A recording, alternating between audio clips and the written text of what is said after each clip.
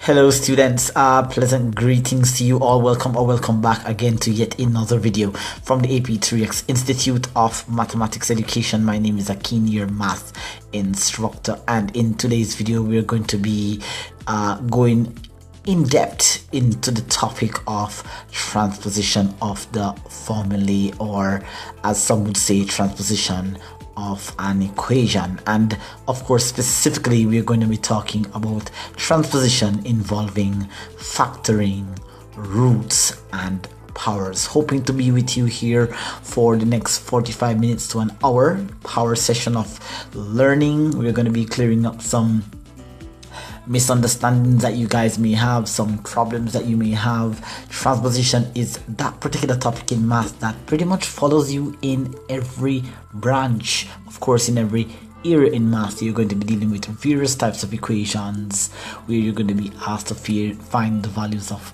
various variables, and sometimes the variables are not the subject of the formula and you're going to have to do some rearrangement.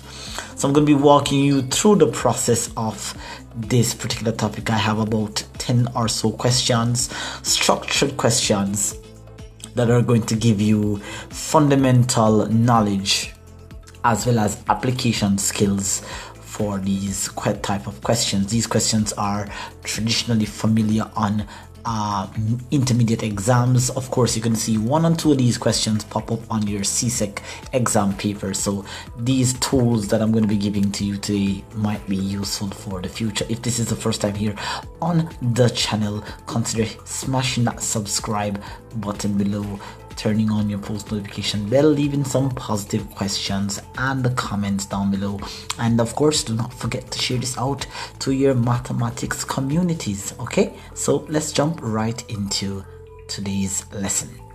Now, of course, we're going to be looking here at, of course, factoring, transposition involving factoring, roots and powers. And let's just start off with just having a theoretical understanding of what is meant by, say here, factoring, roots and powers. Now it says that given an equation that is given an equation that requires factoring at some point during the rearranging of the formula for a new subject, you can easily recognize when you're going to be using the factoring technique. And how do you recognize that it's going to be a requirement at some point? Along with the basic knowledge that you learned in part 1 of my videos, you're going to now attach all of that we've just learned to this. So how do we actually recognize when factoring is going to be a requirement? Is when you actually have more than one of the subject that is required in the equation. Now, therefore, in the latter stage, such as when you're grouping like terms, then the factoring technique is going to be a requirement for you to isolate the subject.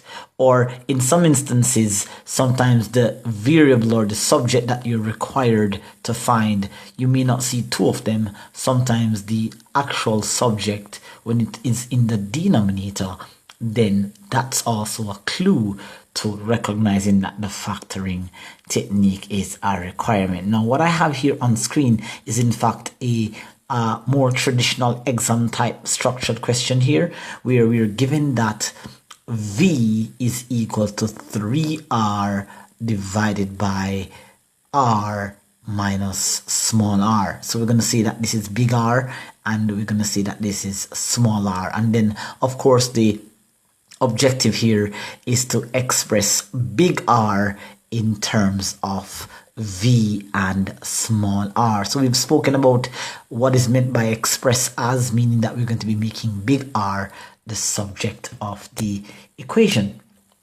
And so to start this off, traditionally, of course, we know that we need to get rid of the denominator. And for this type of question here, it is recommended that you therefore go ahead and you put, say here, the V over 1. So we definitely go ahead and say V over 1. And that's going to be equal to, say here, 3R all divided by big R minus small r. And so by putting the v over 1, we're going to end up having to cross multiply. So we're going to multiply this v by the two terms that are at the bottom there, and then we're going to be using the 1 to multiply the term that is at the top here. All right, so I'm going to be walking you through detailed process of how to approach these types of questions here. So let's go ahead then and cross multiply. After cross multiplying, v then will therefore then open the bracket, big R minus small r. And so therefore that is then going to be equal to 1 multiplied by 3r is in fact going to be 3r. That is 3 big R. Now, why did I go ahead and I write down v open bracket big R minus small r? It always tends to give students a clue that we are of course going to be distributing the v inside the bracket. Now, of course, more advanced students would have can be able to skip this line out by just going ahead then and say v times big R is b big R, big V big R, pardon me, and of course big V times small r gives big V small r. Some students might be able to skip this step out, but these are for my fundamental students. So let's get into it here. So we say v multiplied by big R is in fact going to be v big R, and then of course v multiplied by small r becomes v small r, and then therefore that is equal to say here 3r. So of course we can now transfer this information up here, and then we're going to say then trying to get big R to be the subject. Obviously we need both big R's to be on the left or the right side of the equation. So we have big V big R minus say here 3 big R, and that's going to be equal to, of course, we're going to be transposing the negative VR here, this one here, to the right side of the equation. So that's going to be big V small r. Now here is where you have to factorize. You have to factor out the r that you're looking for, because we're not allowed to subtract unlike terms. So therefore then factoring out the big R, then we end up with big R being outside. R divides into V, R gives V times, and then we have R into 3R goes 3 times, and then therefore that is equal to big V small r. Now only thing preventing us from isolating the r is the binomial expression here, v minus 3. So if you can go ahead then and divide this side of the equation by say here v minus 3 here, then you're going to find also that we do the other side here, big V small r by v minus 3. So that then allows us then to cancel this v minus 3 here with this v minus 3 here. And so finally then we have a solution that big R is equal to capital V small r all over v minus 3. All right, so guys, it's a process. It's a basic process of application. All that we learned in part 1 is being applied here in this video. I strongly recommend that if you did not watch that video, you should go ahead and check out our solutions to the questions over there. It will give you a more rounded feeling for this particular type of video. All right. So one thing that we must also note very well is that take note in the difference between the required subject. You're going to get questions that are going to be a little bit tricky. If you notice that throughout my discussion of this question here, you kept hearing me referring to big R and small r. They're both R's, but they are capital and common, and so you have to pay close attention to whether the question says express small r per se here as the big R per se here as the subject, or it could be a case where they say express small r as the subject. You really do not want to have the process right but end up solving or rearranging for the incorrect subject.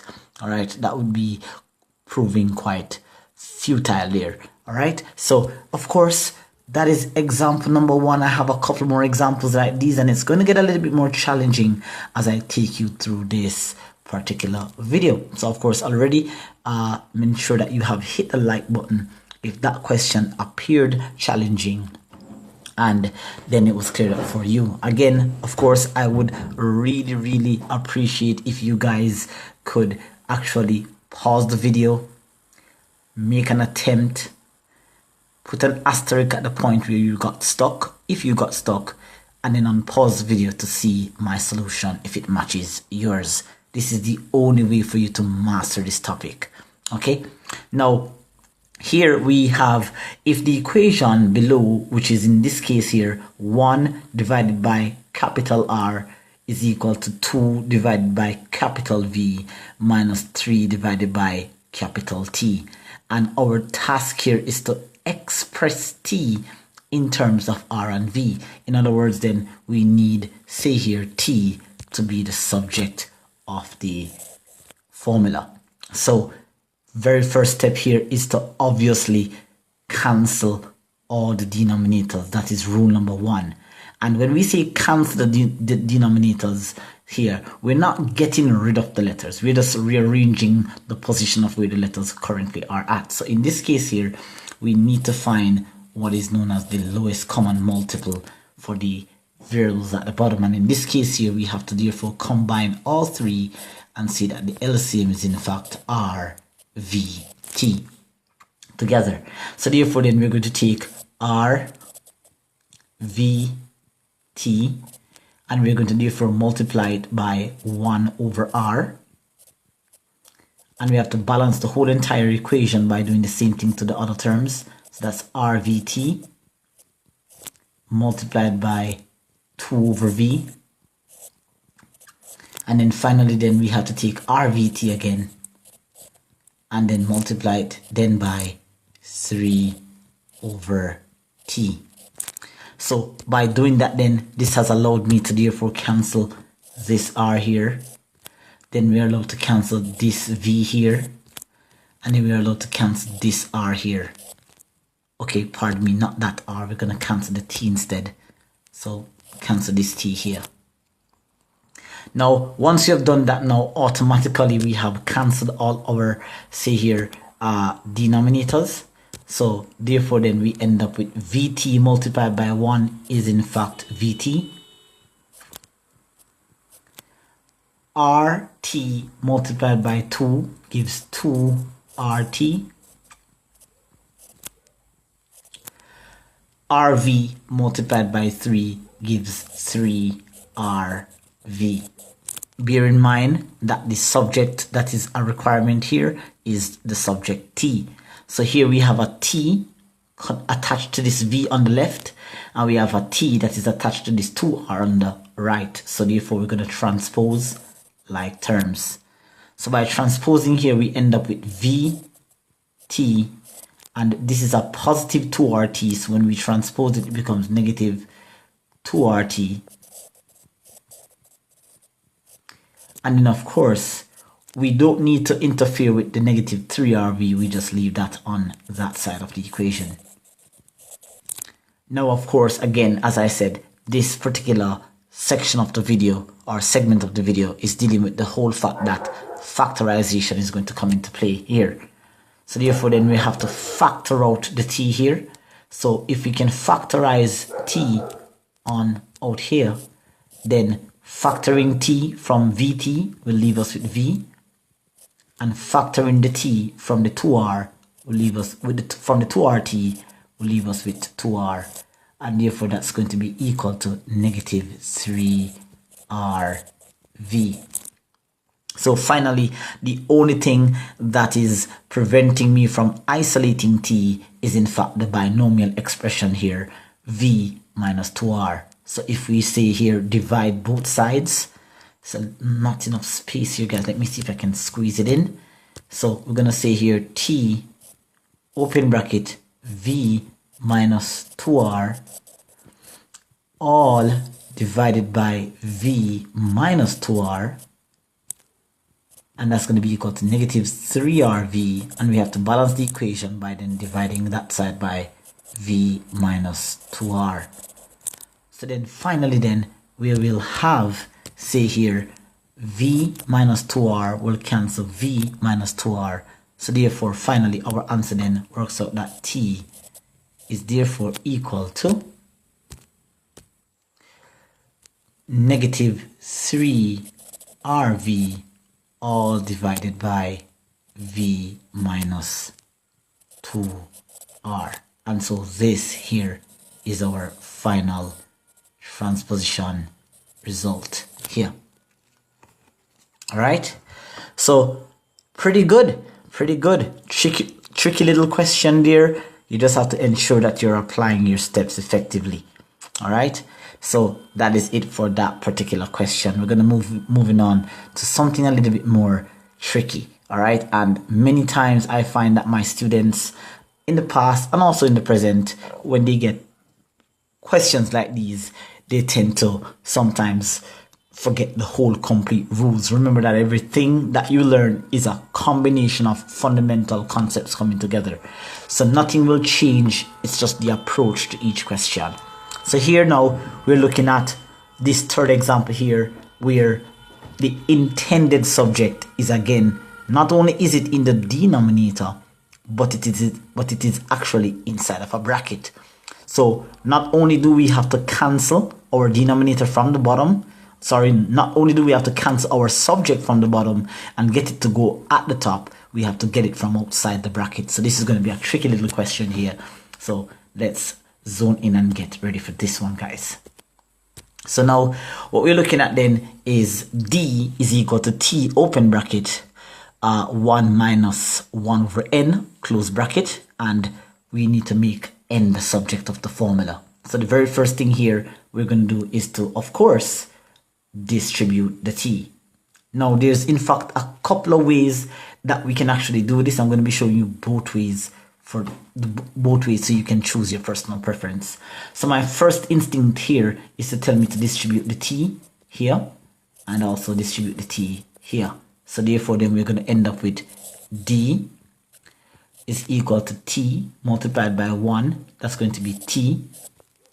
And then of course t multiplied by 1 on this side gives me t, but it's going to also be over n. Now once I'm at this stage here, n is the subject, so obviously I need to isolate the n from the denominator. That means I'm going to have to multiply each of the terms in this equation by n. So then this is going to be d multiplied by n. That's going to give me dn. Okay, let's just write it down. So that's d multiplied by n, and that's going to be equal to t multiplied by n minus t over n multiplied by n. This is more of a fundamental video for me because, of course, if you're actually doing the exam, a lot of these steps, if I'm going to be doing the question in less than a minute, or we want to try to work the question really fast, we're going to be skipping out a lot of these steps. So this is more of a fundamental video for me here. All right, so d times n gives me dn, and then of course t times n is tn minus n cancel n, leave us with, say here, t. Now you realize that we end up with more than one of the required subject. We're looking for n as the subject. One is on the left, one is on the right. So naturally then we know that we have to bring this tn over to that side. So then let's just transfer this information, say here. So we end up with, say here, dn, positive tn comes over, becomes negative tn. And then of course I don't need to interfere with the minus t. I can just leave it right there because that's not the required subject. Now on the left here, once again, I'm not able to subtract unlike terms. So for the third time here, we're looking at factoring out the subject. So let's factor the n from dn. We're going to be left with d. And if we factor the n from tn, we're going to be left with t. And close bracket equals negative t. So then simply the only thing that prevents me from isolating n is in fact the binomial expression d take away t. So therefore if we go ahead and say n divided by d take away t divided by d take away t, that's going to be equal to negative t also divided by d take away t. So then by simply cancelling out here, we end up, say here, d minus t, cancel d minus t. So our final result here is in fact n is equal to negative t over d take away t. All right, and that there is our final result. N is equal to negative t divided by d take away t. Or some instructors will prefer you writing the answer positively, so then you might hear some instructors will tell you that you're going to say here divide both sides by negative. Okay, so if I multiply the whole expression here by negative, then this t will become positive t, so I could write the answer as t over, and then once I multiply this by negative, then I'm going to end up with t take away, say here, d. All right, so this could also be the answer as well, whichever one you prefer writing. Now, I did mention to you that there is not just one way to do this question, so I'm going to be showing you yet again another way to go around this. I want this to be a full, complete tutorial. After this particular after the questions that you learned here, you will have enough knowledge then to apply in various questions in the future. Now, let's have a look at the fact that instead of distributing, say here, the t, we could actually go ahead and remove the product of the t with this bracket here. So we could go ahead then and divide over here, say, by t, and then that's going to be equal to t open bracket 1 minus 1 over n, all divided by, say here, t. Now, what will happen here is that I'm going to be therefore cancelling this t on this side here. So then we end up with, say here, d over t, and that's equal to 1 minus 1 over n.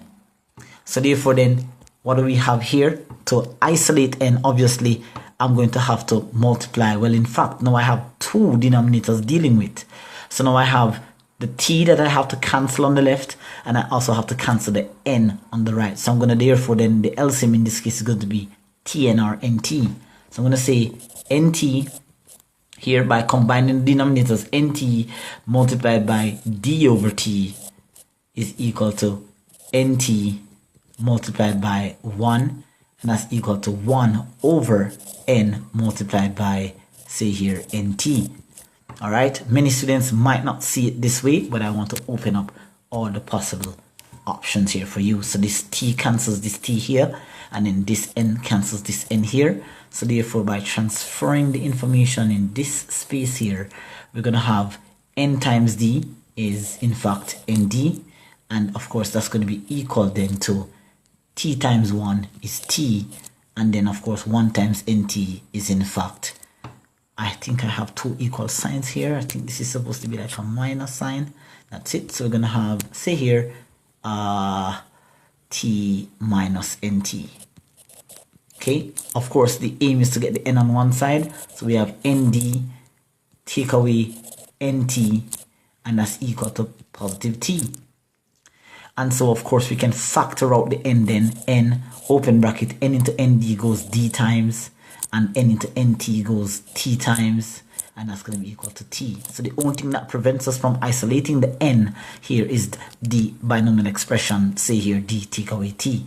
So that's going to be n is equal to, say here, once I divide the left by d minus t, it will cancel, and so therefore the other side here, t divided by d take away t. All right, so this is how you would have to work the question to get the solution that I had written the second time before. All right, so let me know in the comments what methods you prefer, which one do you find more soothing, more easier. For me, both is applied. I particularly would not at instinct choose this method. I would most likely be tempted to distribute the t and get rid of the brackets, which is usually the most recommended approach. All right, so solid question there. That really should give you like a whole rounded knowledge. We saw a little bit of transposition from the left side to the right side. We saw factorization. We saw splitting products. We saw removing denominators. This question had everything. So let's then go on to a more traditional exam structure type. Now, this type of question here, not only is it a very familiar type of question, it comes a lot in practice books and formula sheets, and where you're going to find that this particular type of equation pop up is when we're doing inverse functions, when we have to let y equal to the reciprocal function, interchange x with y, and then solve for y. So most times in, say here, finding the inverse function, then you're going to find this type of question popping up. So just having an understanding from now of how exactly to solve this equation for the required subject is going to be quite useful down the line. So here we go. We have, say here, given the equation below, we are to express y in terms of x. And so as we did in example number 1 on the first slide, we went ahead then and put the x over 1 and cross multiply. Now we're going to be speeding up the process now, guys, because of course the first 3 questions would have given you just enough. So we're going to be skipping some steps here. So already I'm going to be putting the x over 1 here, and I'm going to be multiplying the x by the y plus 4. So that's x times y gives us xy. And then of course, say here, x times 4 gives us 4x or x4, whichever one you prefer. So conventionally we write numbers before algebraic terms. So therefore then of course 1 multiplied by any expression will give you the same expression. So therefore that's going to be equal to y take away 7. Of course then we're looking at making y the subject, so we need to get the y on the left. So we're going to have xy. This y here comes all the way over, becomes negative y, and then of course I have not interfered with the negative 7, and that's going to be equal then to this 4x now rejoins and it becomes negative, say here, 4x. Then of course we're going to be factoring out the y. So if we factor y from xy, we're going to be left with x, and y divides into y goes 1 time, and that's going to be equal to negative 7 take away 4x. And then of course then the only thing preventing me from isolating my subject y is the binomial expression x minus 1. So therefore then we have y is equal to negative 7 take away 4x divided by exactly then x take away 1. All right, so that's going to be our final solution there in terms of the the subject y and x here. All right, and then of course I could not end this particular session here with factorization by transposition by factoring without giving you a challenging question. So once again, we're going to be attacking this one here, tricky one here, and you have to just be very smooth with your application here. All right, so now we're going to be looking at say here, given the formula below, express x. So x, this is the x that we're looking for, express x as the subject of the formula. So therefore then we have, as I said, the recommended method here is to distribute and get rid of the bracket first. So that's what I'm going to be doing then. I'm going to be saying here, say v squared is equal then to 2p multiplied by 1 is equal to 2p, and that's going to be over x. And then I'm going to have 2p multiplied by 1 again, that's going to be minus 2p all over a. Remember that when you're multiplying, the number on the outside will multiply the numerator, and you will then put the result back over the same denominator. So do not use the 2p to multiply the 1 and the x. Just use the 2p to multiply the 1 like that. Okay, now of course we need to rid our equation here of the denominator a and x. So therefore we're going to go ahead and multiply the left side here by ax. So that's ax multiplied by, say here, v squared, and that's going to be equal to ax multiplied by, say here, 2p over x minus ax multiplied by, say, 2p over a. What that allows me to do then is to cancel my numerators. So my denominators, pardon me. So therefore then on this side, nothing to cancel. It's just going to be ax v squared, and that's going to be equal to then this x cancel this x, so I'm left with a times 2p is 2ap or 2pa, whichever one you prefer. And then of course this a cancels this a, we're left with x times 2p gives 2px. So therefore then the required subject is x. X is in this expression over here, and the other x is on that side of the equation over here. So we're gonna have to get them together. That is ax v squared.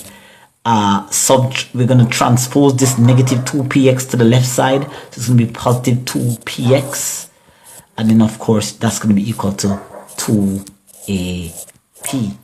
And so therefore then we are going to factor out the x. So we're gonna factor out x from here, and removing x or factoring out x from ax v squared leave us with small a, pardon me, that's gonna be small a. So it's gonna be small a v squared, and then of course this is gonna be plus factoring out the x from 2px leave us with 2p, and that's gonna be therefore equal to 2ap. And then just transferring this information, say here, then here